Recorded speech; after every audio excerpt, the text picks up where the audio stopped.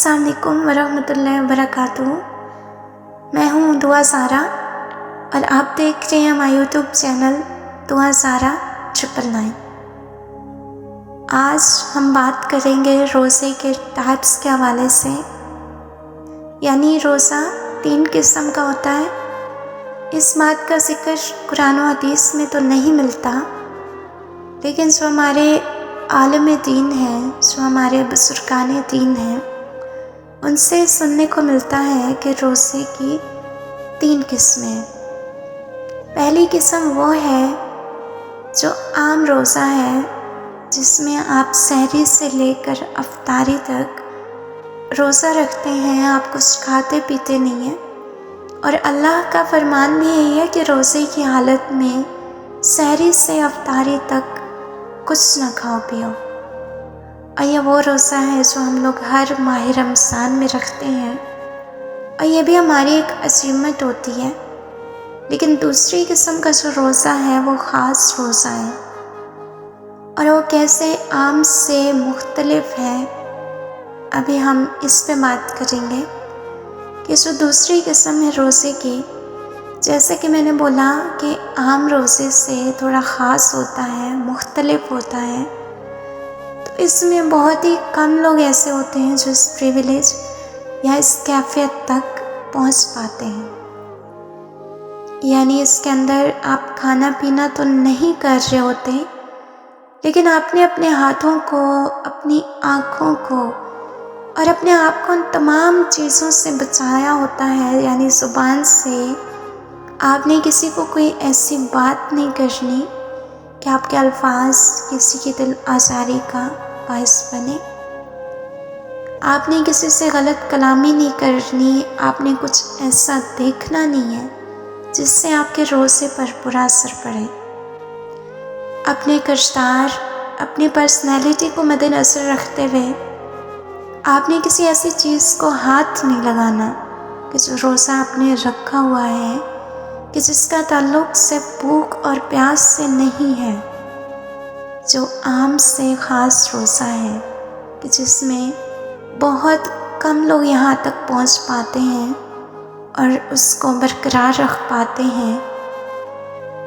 اس کے اندر آپ نے یہ میک شور کرنا ہوتا ہے کہ آپ کے ہاتھ، کان، زبان اور آپ کی پوری باڈی، یعنی آپ کی پوری ذات جو ہے، اپنے آپ کو آپ نے ریسٹرکٹ کر لینا ہے ان تمام چیزوں سے کہ جو اللہ تعالیٰ نے منع فرمائی ہیں، اور جو اللہ تعالیٰ ہمیں سکھانا چاہ رہا ہے کہ ایک مسلمان کی زندگی کس طرح کی ہونی چاہیے۔ بیسیکلی یہ رمضان کا مہینہ ہمیں صحیح معنوں میں انسان اور اچھے مسلمان کی پہچان کروانے آتا ہے، تاکہ ہمیں موقع ملے خود کو سنوارنے کا، سدھارنے کا۔ بہت سی غلطیاں اور کوتاہیاں انسان سے ہوتی ہیں، تو یہ ایک ڈسپلن منتھ ہوتا ہے کہ اگر کوئی مسلمان اس مہینے میں ڈیڈیکیٹ کر لیتا ہے خود کو ان چیزوں کی طرف جو اس کی آنے والی زندگی میں کمپیریٹیولی اس کو بہتر کر سکتا ہے۔ یعنی کہ اگر جھوٹ عام دنوں میں بھی بولا جا رہا تھا تو وہ رمضان میں بھی بولا جا رہا ہے۔ غیبت بھی اسی طرح عروج پر ہے۔ آنکھوں کا زنا جیسے عام دنوں میں ہوتا ہے، ماہ رمضان میں بھی کوئی چینج نہیں آیا۔ اسی طرح ہم زبان سے بھی عجیب و غریب جملے ادا کر رہے ہوتے ہیں، اور میں نے اکثر لوگوں کو رمضان میں گالیاں دیتے سنا ہے جبکہ وہ روزے کی حالت میں ہوتے ہیں۔ یعنی عبادات بھی ہو رہی ہوتی ہیں، بھوک بھی آپ ویسے ہی کاٹ رہے ہوتے ہیں، لیکن یہ جو چیزیں ہیں جن کو آپ نے عام سے خاص بنانا ہے، یہاں تک بہت کم لوگ پہنچ پاتے ہیں۔ تو آج سے ہم نے یہ میک شور کر لینا ہے کہ روزے کی جو دوسری قسم ہے اس کو خاص بنانا ہے آپ نے۔ اب باری آتی ہے روزے کی تیسری قسم کی۔ تو یہ جو تیسری کیٹیگری ہوتی ہے، اس میں آپ نے گارنٹی لینی ہوتی ہے اپنے دل اور دماغ کی۔ جو ہم نے دوسری کیٹیگری کی بات کی، اس میں تو ہمیں اپنے فزیکل پارٹس یعنی جسمانی افعال پہ کام کرنا ہے، جو ہماری ایکٹیویٹیز میں ان کو ٹھیک کرنے کی ضرورت ہے۔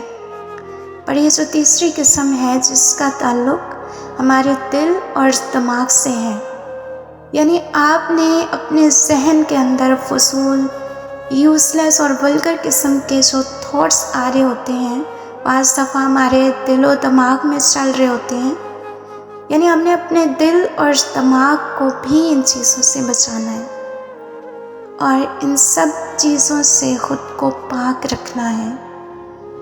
جب ہم اپنے جسمانی افعال، ذہنی و قلبی خیالات، بھوک اور پیاس کی حالت میں ان تمام غلاظتوں سے خود کو پاک کر لیتے ہیں تو یوں سمجھیں کہ ہماری بہت بڑی اچیومنٹ ہوگی۔ جب ہم روزے کی حالت میں تیسری سٹیج تک پہنچ جاتے ہیں تو آپ یہ سمجھیں کہ سب سے خوبصورت درجہ ہے، جس سے یہ ثابت ہوتا ہے کہ آپ نے روزے کا اصل مقصد حاصل کر لیا ہے۔ اگر ہم لوگ ان 3 کیٹیگریز کو اپنا معمول بنا لیں تو یقیناً ہم بہت اچھے مسلمان اور ایک کامیاب انسان بن سکتے ہیں۔ امید کرتی ہوں میری اس ویڈیو سے آپ کو کوئی نہ کوئی انڈرسٹینڈنگ ضرور ملی ہوگی۔ لوگوں کے لیے آسانیاں پیدا کریں، اللہ رب العزت آپ کے لیے آسانیاں پیدا فرمائے گا انشاءاللہ۔ مجھے اپنی دعاؤں میں یاد رکھیے گا۔ جزاک اللہ۔